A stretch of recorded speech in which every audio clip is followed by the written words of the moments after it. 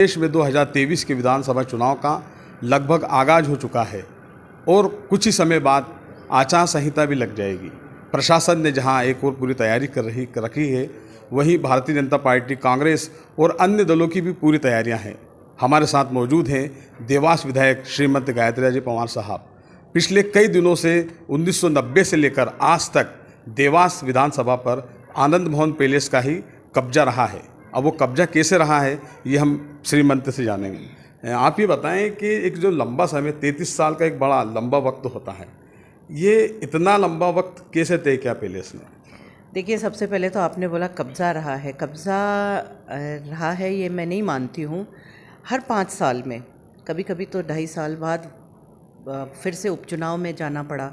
महाराज को भी एक बार 2 साल बाद फिर से चुनाव में जाना पड़ा था, जब सरकार बर्खास्त हो गई थी।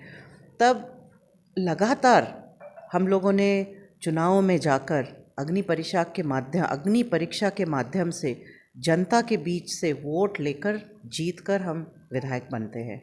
तो हम ये नहीं मानती हूँ कि एक ही परिवार ने इतने सालों तक कब्जा किया। कब्ज़ा वो होता है कि बिना चुने आप आएँ और ज़बरदस्ती से बैठ जाएं, जो मेरे परिवार के काम से बहुत अलग है। मेरे परिवार ने काम के बतौर, सेवा के बतौर, अपनी काबिलियत के बतौर और जनता के साथ जुड़ाव के बतौर ये चुनाव जीते हैं और लगातार जीतकर हर बार इस अग्नि परीक्षा में खरा उतरकर हमने जीतकर और फिर जनता की सेवा के लिए अगले 5 साल हमने मांग कर लिए हैं जनता से।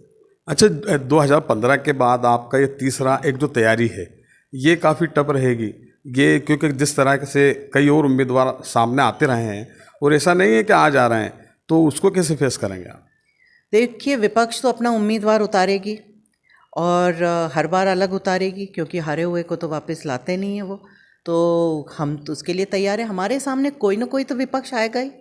भारतीय जनता पार्टी के सामने हमेशा से विपक्ष कोई ना कोई खड़ा रहेगा। भारतीय जनता पार्टी का व्यक्ति तो आएगा नहीं। तो हम ये तैयारी से चलते हैं, ये मान के चलते हैं कि विपक्ष होगा, सशक्त होगा और उनके अपने काम करने का अंदाज़ होगा।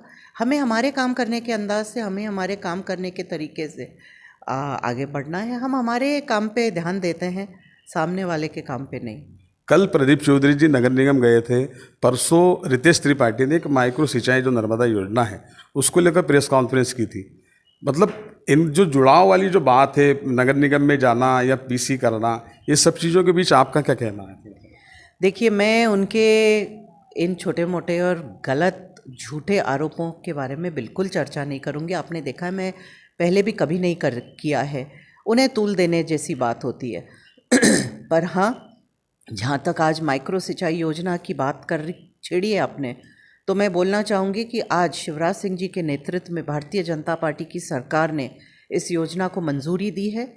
6032 करोड़ रुपए की ये योजना, जिसमें हमारे लगभग सभी विधानसभाएं टच हो रही हैं। हाटपिपलिया तो पूरी तरह से कवर होगी और देवास को खास जोड़ने के लिए हमने आग्रह किया था, क्योंकि ये हाटपिपलिया के लिए बनी थी योजना, सबको मालूम है। मैंने माननीय मुख्यमंत्री जी से आग्रह करके और इसको जोड़ने का काम किया है। अभी परसों तक, जिस दिन तक ऑर्डर नहीं आया था, उस दिन तक देवास उसमें से कटा हुआ था पूरी तरह से। और जब हमने दूसरी सर्वे करके, और मेरे आग्रह पे एक दूसरा सर्वे हुआ था, कंपनी ने किया और उस सर्वे को उसमें साथ जोड़कर भेजा, तो लगभग 1000 करोड़ की लागत और लग रही थी। माननीय मुख्यमंत्री जी से आग्रह किया और माननीय मुख्यमंत्री जी जिस तरह से काम करते हैं कि अगर किसी का भला हो रहा है तो उसमें बिल्कुल भी कंजूसी नहीं करना है, तो उन्होंने मेरे आग्रह को स्वीकार किया।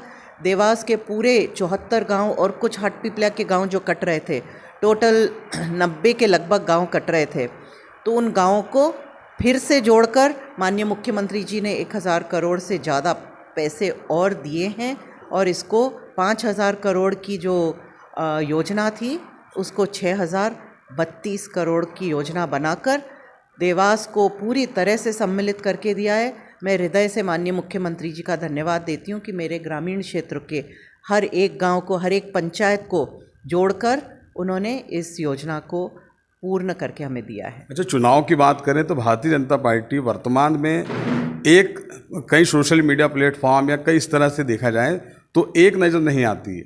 ऐसे में आपको आप विधायक हैं, आप एक बड़ा जनप्रतिनिधित्व करती हैं, क्या महसूस होता है आपको अपने ही लोगों द्वारा इस तरह का व्यवहार को देखते हुए? मुझे नहीं लगता है कि भारतीय जनता पार्टी एक नहीं है। किसी के विचार अलग हो सकते हैं और कोई सोशल मीडिया इतना वास्ट प्लेटफॉर्म है, कोई अपने विचार अगर साझा करता है तो वो एक अलग बात है, वो पार्टी के विचार नहीं हो सकते हैं। पार्टी की विचारधारा एक है, सभी कार्यकर्ता उससे जुड़े हुए हैं और उसी विचारधारा को लेकर हम आगे बढ़ रहे हैं।